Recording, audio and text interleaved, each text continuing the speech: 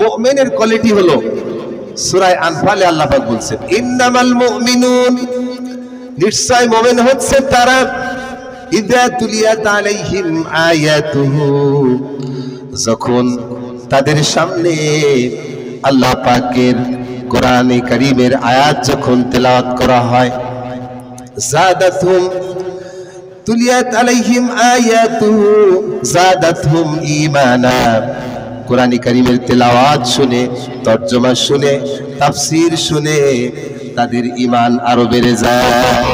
সুবহানাল্লাহ, মুমিনের ঈমান বেড়ে যায়।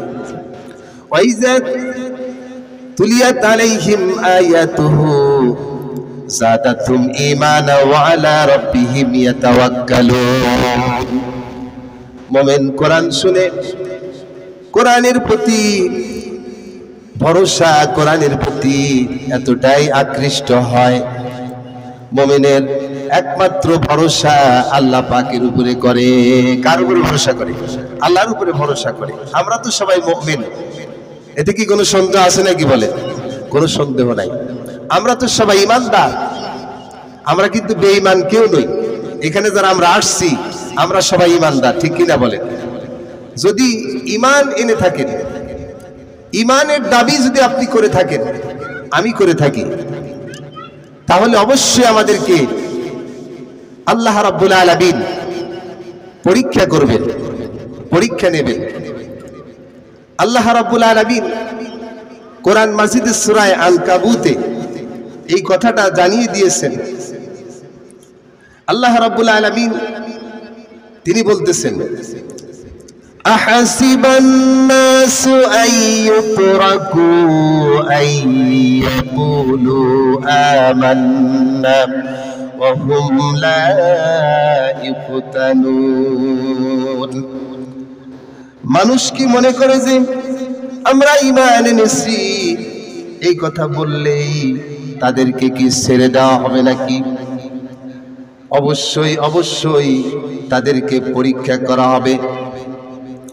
আল্লাহ রাব্বুল আলামিন ঈমানদারদেরকে আল্লাহ পাক বলতেছেন, ঈমান যদি এনে থাকো অবশ্যই তোমাদেরকে পরীক্ষা করে আমি যাচাই করে নিতে চাই কে ঈমানের দাবিতে সত্যবাদী এবং কে ঈমানের দাবিতে মিথ্যাবাদী, ঠিক কিনা বলেন? আজকে আমার আলোচনায় বিষয় হতেছে যে ঈমান যদি এনে থাকি তাহলে অবশ্যই এর পরীক্ষা দিতে হবে। যুগে যুগে আল্লাহ রাব্বুল আলামিন ঈমানদারদেরকে পরীক্ষা নিয়েছেন। আপনি যেই কোয়ালিটির মুমিন, যেই কোয়ালিটির ঈমানদার, আপনার পরীক্ষা কোয়ালিটি সেরকম হবে। এই পৃথিবীর সবচাইতে শ্রেষ্ঠ ঈমানদার হতেছেন আম্বিয়া আলাইহিমুস সালাম, নবী এবং রাসূলেরা, ঠিক কিনা বলেন? সুবহানাল্লাহ পড়েন। আমার ভাইরা বাবাজিরা, ঈমানদার যদি দাবি করি আমাদেরকে পরীক্ষা দিয়ে পাশ করতে হবে। শুধু কালেমা পড়লেই আল্লাহ পাকের উপরে বিশ্বাস করে বসে থাকলেই জান্নাত পাওয়া যাবে না। আমাদেরকে আল্লাহ রাব্বুল আলামিনের বিভিন্ন পরীক্ষার সম্মুখীন হতে হবে। সেই পরীক্ষায় যদি মুমিন হন, ঈমানদার হন, তাহলে আপনাকে পরীক্ষা দিয়ে আল্লাহর কাছে সার্টিফিকেট নিতে হবে, পাস করতে হবে। আপনাকে জান্নাতে যদি যেতে চান, আমার ভাইরা বাবাজিরা, আমাদের মুসলিম মিল্লাতের পিতা ইব্রাহিম আলাইহিস সালাম, তাকে থেকে শিক্ষা নিতে হবে। আল্লাহ রাব্বুল আলামিন তাকে পাঠাইয়াছিলেন যেই ঘরে পরীক্ষাগারে, সেই ঘরে আল্লাহ পাক পাঠিয়েছিলেন। তার পিতামাতার ঘর থেকে পরীক্ষা শুরু হয়ে গেল। হযরত ইব্রাহিম আলাইহিস সালাম তিনি যখন বৈজ্ঞানিক পদ্ধতিতে তিনি নিজের জ্ঞান গরিমা দিয়ে চিন্তা ভাবনা করলেন, এই বিশ্বজাহান, এই বিশ্বভূমণ্ডল এত বিশাল প্রাকৃতিক সৌন্দর্য, সবকিছু এর ভিতরে এত কিছু যা গুণেও ফুরানো যায় না, এগুলি কেউ না কেউ এগুলি সৃষ্টি করেছেন। সেই স্রষ্টার সন্ধান করার জন্য ইব্রাহিম আলাইহিস সালাম বৈজ্ঞানিক পদ্ধতিতে তিনি এর পিছে লাগলেন, এটা পরীক্ষা শুরু করে দিলেন ইব্রাহিম আলাইহিস সালাম। আকাশে যখন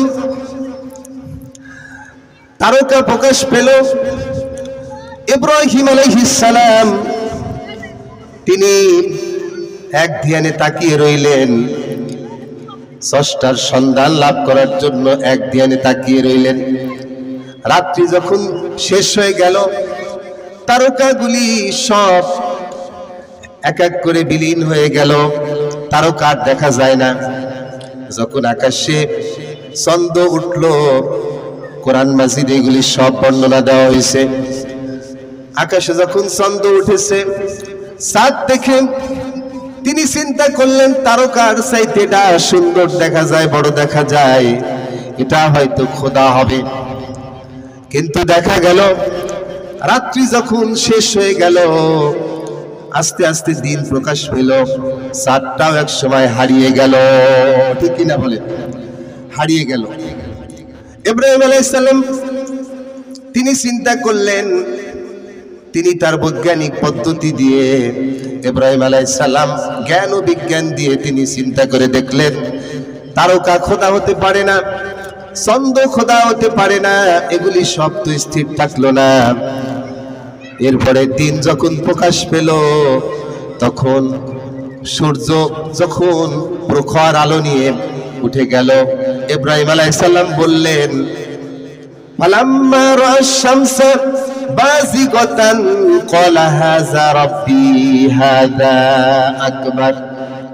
সূর্য যখন প্রকাশ পেল এবং গোটা পৃথিবী যখন আধার সরিয়ে দিয়ে যখন অত্যন্ত চমৎকার সুন্দর আলোকিত করে দুনিয়াটা ভরে দিলেন, ইব্রাহিম আলাইহিস সালাম এক ধ্যানে তাকিয়ে রইলেন, দেখলেন এটা হচ্ছে আমার হয়তো বড় খোদা হবে। কিন্তু দিন শেষে যখন সূর্যটাও যখন অস্তমিত হয়ে গেল, ইব্রাহিম আলাইহিস সালাম তিনি চিন্তা করলেন, সূর্য দেখে বড় খোদা ভাবলাম, কিন্তু সূর্য তো স্থির থাকলো না, এটা আমার খোদা হতে পারে না।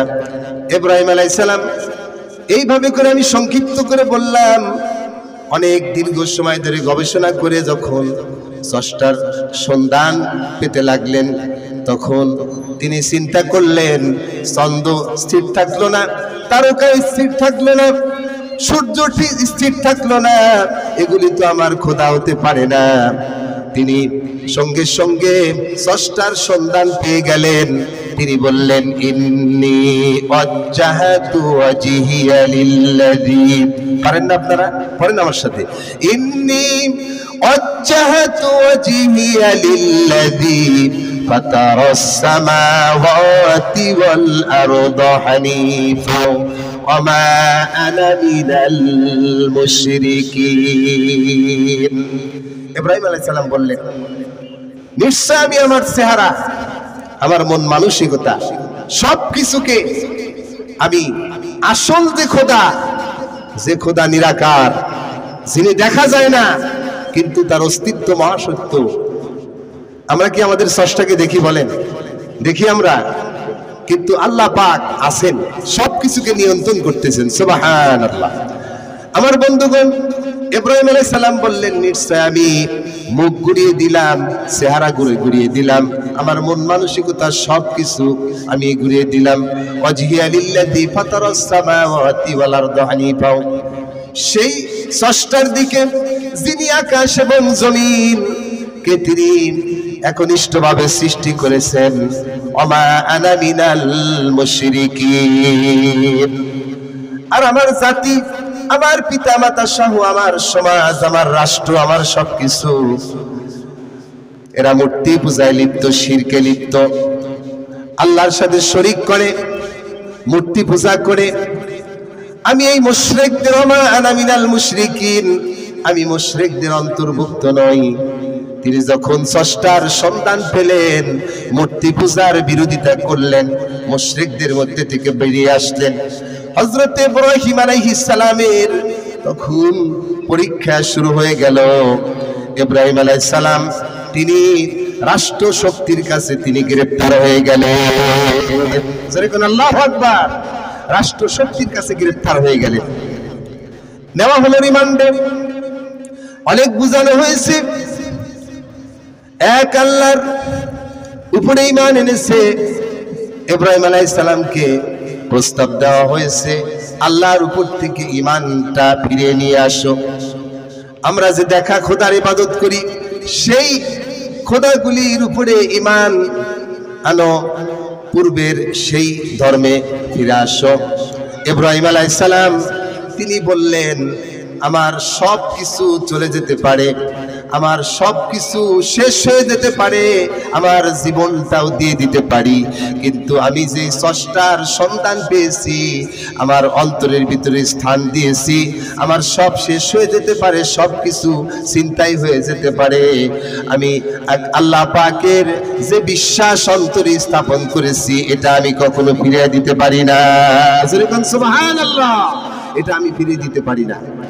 ইব্রাহিম আলাইহিস সালামকে মূর্তি পূজার বিরুদ্ধে কথা বলার কারণে, মূর্তি পূজার বিরোধিতা করার কারণে ইব্রাহিম আলাইহিস সালামের উপরে পরীক্ষা শুরু হয়ে গেল। ইব্রাহিম আলাইহিস সালাম ঈমানের দাবিতে তিনি দৃঢ় মনোবল নিয়ে থাকলেন। অনেক কাহিনী, অনেক ঘটনা, অনেক কথা বলবো, মূল কথা আপনাদের সামনে বলি। হযরতে ইব্রাহিম আলাইহিস সালাম মুসলিম মিল্লাতের পিতা, তিনি ঈমানের চরম পরাকাষ্ঠা দেখাইলেন। রাষ্ট্র শক্তি তাকে ধরল, ধরার পরে ইব্রাহিম আলাইহিস সালামকে নমরুদ সরকার তার বাহিনী নিয়ে রাষ্ট্রীয়ভাবে তাকে আয়োজন করে, ইব্রাহিম আলাইহিস সালাম তাদের শত্রু তারা মনে করছিল, তাকে অগ্নিকুণ্ডের ভিতরে ফালানোর জন্য তারা প্রস্তুতি নিচ্ছিল। এত বিশাল চুলা কেটেছে, অগ্নিকুণ্ড বানিয়েছে, সমস্ত একটা এই 3.5 হাত 4 হাত 5 হাত এই বডিকে আগুনে পোড়ানোর জন্য অত বড় চুলার প্রয়োজন ছিল না, কিন্তু মনের যে আক্রোশ, মনের রাগ মিটানোর জন্য তারা এরকম বিশাল আকারে, বিশাল পুকুরের সমান এরকম চুলা কেটেছিল, অগ্নিকুণ্ড বানাইছিল, ঠিক কিনা বলেন? সেই অগ্নিকুণ্ডের ভিতরে ইব্রাহিম আলাইহিস সালামকে যখন ফেলে দিবেন অগ্নিকুণ্ডের কাছে, নমরুদ তার গোষ্ঠী নিয়ে আগুনের পূজা করে, কিন্তু আগুনের কাছে যেতে পারে না।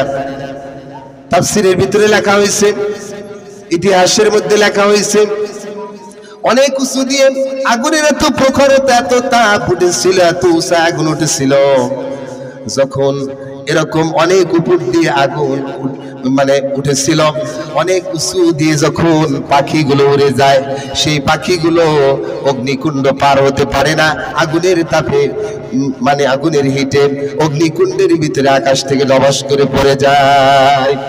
ইব্রাহিম আলাইহিস সালাম কি এত বিশাল অগ্নিকুণ্ডের ভিতরে যখন ফেলবেন, তখন তারা সম্মিলিতভাবে পরামর্শ করে শয়তান মানুষের রূপ ধারণ করে এসে সব শিখাই দিয়েছিল। চরক গাছ বানানো হলো, সেই চরক গাছের মাথায় এক পাশে বাঁধা হলো। ইব্রাহিম আলাইহিস সালামকে যখন আগুনের মাঝামাঝি নিয়ে এরকম ঝুলানো হলো, তখন দেখা গেল প্রথম অবস্থায় ইব্রাহিম আলাইহিস সালামকে চরক গাছে চড়িয়ে উঁচু করতে পারছিল না, গোষ্ঠী সুদ্ধা সব মিলেও উঁচু করতে পারছিল না, কারণ ইব্রাহিম আলাইহিস সালাম মূর্তি পূজার বিরোধিতা করে ঈমানের পরীক্ষা দেওয়ার জন্য ইব্রাহিম আলাইহিস সালাম প্রস্তুতি নিয়েছেন। ঈমানের যখন চরম পরাকাষ্ঠা দেখিয়েছেন, আল্লাহ পাকের উপরে অবিচল আস্থা যখন করেছেন, ভরসা করেছেন, তখন দায়িত্ব আল্লাহর উপরে এসে গিয়েছে। তখন গোটা গোষ্ঠী সুদ্ধা ইব্রাহিমের বিরোধিতা করলেও ইমানদারদের সাহায্যকারী একমাত্র আল্লাহ হয়ে যান, ঠিক কিনা বলেন? আমার ভাইরা, ইব্রাহিম আলাইহিস সালামকে আল্লাহ পাক ফেরেশতার দ্বারা যে সাইটে ইব্রাহিম আলাইহিস সালামকে চরক গাছে ঝুলানোর জন্য বাধা হয়েছে, ওই সাইটে অসংখ্য ফেরেশতা এসে সেই সাইটটা চেপে ধরছিল, যার জন্য সেই চরক গাছটা ইব্রাহিম আলাইহিস সালামকে নমরুদ বাহিনী, নমরুদের গোষ্ঠী সুদ্ধা উঁচু করতে পারছিল না। ইতিহাসের মধ্যে লেখা হয়েছে মিস্টার ইবলিস শয়তান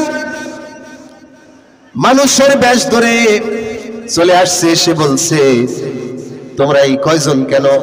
গোটা দেশের মানুষ, গোটা পৃথিবীর মানুষ যদি ডেকে নিয়ে এসে ইব্রাহিমকে আজকে যদি সরক গাছে এরকম উঁচা করতে চাও, পারবে না, কারণ তার সাথে আছে পৃথিবীর সবচাইতে শ্রেষ্ঠ শক্তি, আল্লাহ পাকের শক্তি তার হাতে আছে। সুবহানাল্লাহ। আল্লাহ পাক ফেরেশতারা তাকে নিয়ন্ত্রণ করতেছেন। কি করতে হবে? ইবলিস মানুষের বেশে শিখায় দিলেন যে কাজ হবে না, কাজ হবে না, লাভ হবে না। এক্ষুনি কতগুলি বেশ্যা মহিলা, বেপর্দা মহিলা নিয়ে আসো, যেই মহিলাগুলি সাজুগুজু করে শরীরে কাপড় যেন খুব একটা থাকে না, এই ল্যাংটা এই মহিলা করে নিয়ে এসে এখানে জমা করো। এই সরক গাছের নিচে এসে যখন নাচানাচি শুরু করবে, এখানে এই কিছু পুরুষও নিয়ে আসো, পরস্পর তাদের ভিতরে অবৈধ মিলন, জেনা ব্যভিচার শুরু করে দাও। তখন ফেরেশতা লজ্জা পায় চলে যাবে, ইব্রাহিমকে জাগানোর সুবিধা হবে। জোরে কর নাউযুবিল্লাহি মিন জালিক। আমার বন্ধুগণ, যখন নমরুদ সরকার এবং তার বাহিনীরা যখন এই কাজ করলো, বেশ্যা মহিলাদেরকে নিয়ে আসলো, নিয়ে আসার পরে এবং অবৈধ পুরুষ মানুষদেরকে নিয়ে এসে যখন তাদের ভিতরে নাচ গান শুরু হলো, এরপরে অবৈধ মিলন, জেনা ব্যভিচার শুরু হলো। শুরু হওয়ার সঙ্গে সঙ্গে ফেরেশতারা যখন লজ্জা পেয়ে সেখান থেকে চলে গেল, যখন ইব্রাহিম আলাইহিস সালামকে উঁচু করার জন্য সরক গাছের এক সাইড ধরে যখন এরকম টান মেরেছে, ইব্রাহিম আলাইহিস সালাম উঁচু হয়ে গেছে। এরপরে যখন অগ্নিকুণ্ডের মাঝামাঝিতে যখন এরকম নিয়ে ঝুলাইছে, ঝুলানোর পরে তখন জিবরাইল ফেরেশতা আবার আকাশ থেকে চলে আসছে, চলে এসে বলতেছে, ওগো ইব্রাহিম, কোনো হেল্প টেল্প লাগবে নাকি, সাহায্য লাগবে নাকি? ইব্রাহিম আলাইহিস সালামকে জিবরাইল ফেরেশতা ডেকে বললেন, আপনি একটু উপরের দিকে তাকান, তাকিয়ে দেখেন আমার সাথে যে বাহিনী নিয়ে আসছি অসংখ্য ফেরেশতা, তারা আপনার এই দৃশ্য দেখে কান্নাকাটি করতে করতে হয়রান হয়ে যাচ্ছে। আপনি বলুন, কোন সাহায্য সহযোগিতা লাগবে নাকি, কোন হেল্প লাগবে নাকি? আপনি শুধু হুকুম করেন, আমাদের শক্তি প্রয়োগ করে এই নমরুদ বাহিনী সহ এই গোষ্ঠী সুদ্ধা চাপা দিয়ে শেষ করে দেব।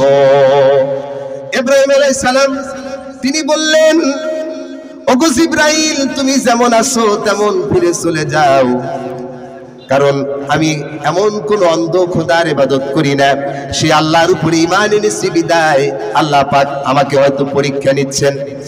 আমার তো জীবন একটা, আমার রব যদি ইব্রাহিম আগুনে পুড়তেছে এই দৃশ্য দেখতেছেন, যদি আমার রব এই আগুনে পোড়ার জন্য খুশি থাকেন, তাহলে আমি একবার কেন 1000 বার পড়তে রাজি আছি।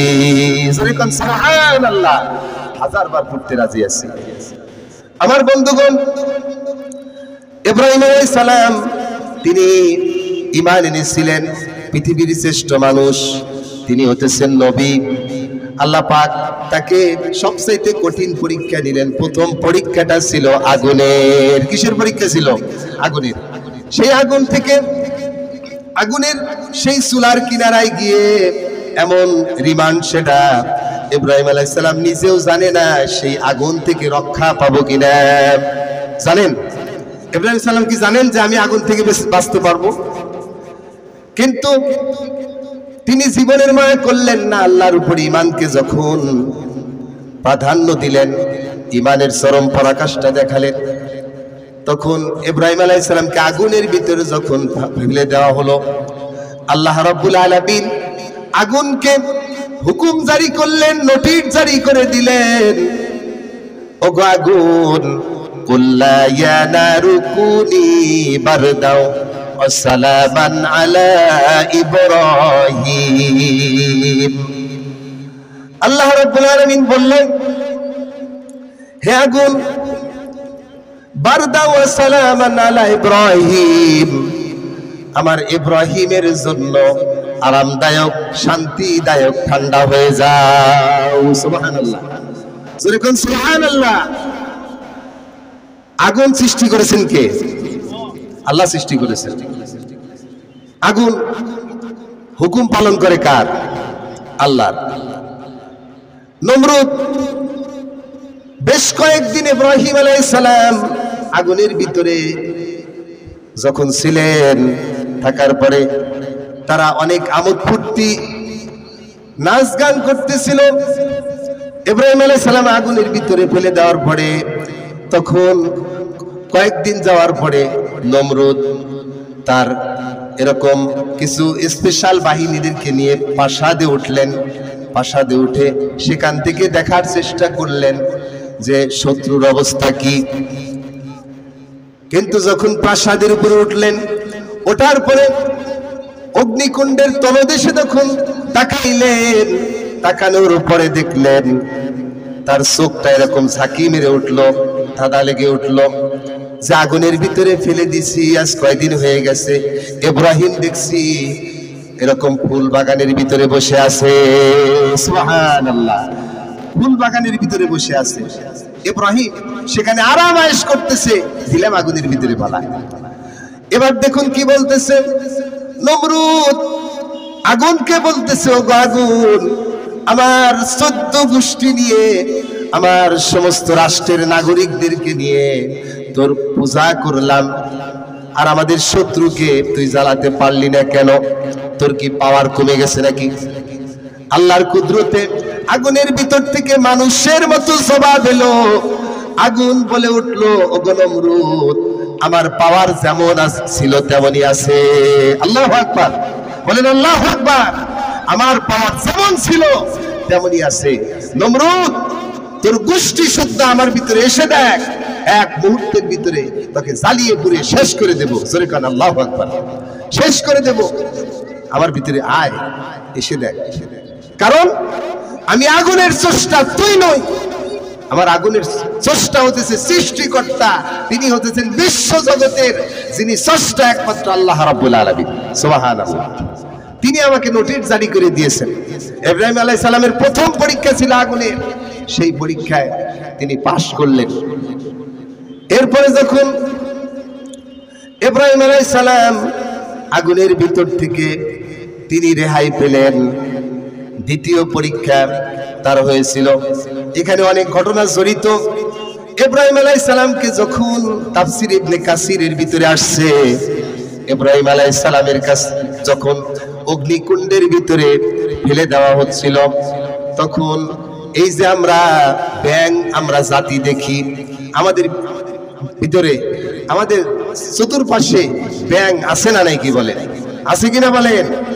এই ব্যাঙের জাতি, এই ব্যাং, পৃথিবীর সমস্ত ব্যাংরা গর্তে থেকে উঠে, পানির ভিতরে থেকে উঠে, আনাসে কানাসে থেকে সব ব্যাঙেরা যেন বের হয়ে তারা যেন ঐক্যবদ্ধভাবে তারা জিহাদ করতেছে, মিছিল করতেছে। তারা একদিকে ছুটে লাফায় লাফায় চলে যায়। মানুষের এই দৃশ্য কোনোদিন দেখে নাই। দেশের জনগণ ব্যাংকে প্রশ্ন করেছে, কিরে ব্যাং, তোদের এই অবস্থা কোনোদিন তো দেখি নাই, তোরা একদিকে ছোটস কেন, কাহিনী কি? তাফসীর ইবনে কাসিরের ভিতরে লেখা হয়েছে, এই ব্যাং উত্তর দিয়েছিল যে, ও এই দেশের মানুষেরা শোনো, তোমরা যে প্রশ্ন করেছো এর উত্তর হলো আল্লাহ পাকের বন্ধু, আল্লাহ পাকের খলিল হযরত ইব্রাহিম আলাইহিস সালামকে ঈমানের পরীক্ষা দেওয়ার কারণে তাকে নমরুদ আগুনে ফেলতেছে, আগুনে ফেলা হচ্ছে, আগুনের ভিতরে অগ্নিকুণ্ডে ফেলে দেওয়া হয়েছে। এই অগ্নিকুণ্ড আমরা নিভায় দিতে চাই। লোকেরা প্রশ্ন করলো, হেসে উঠলো, তারা তিরস্কার করলো যে ব্যাং, ওই অগ্নিকুণ্ডের আশেপাশে কেউ যেতে পারে না, তোদের কি ক্ষমতা আছে, কি তোদের আছে, আগুন নিভায় দিতে চাস?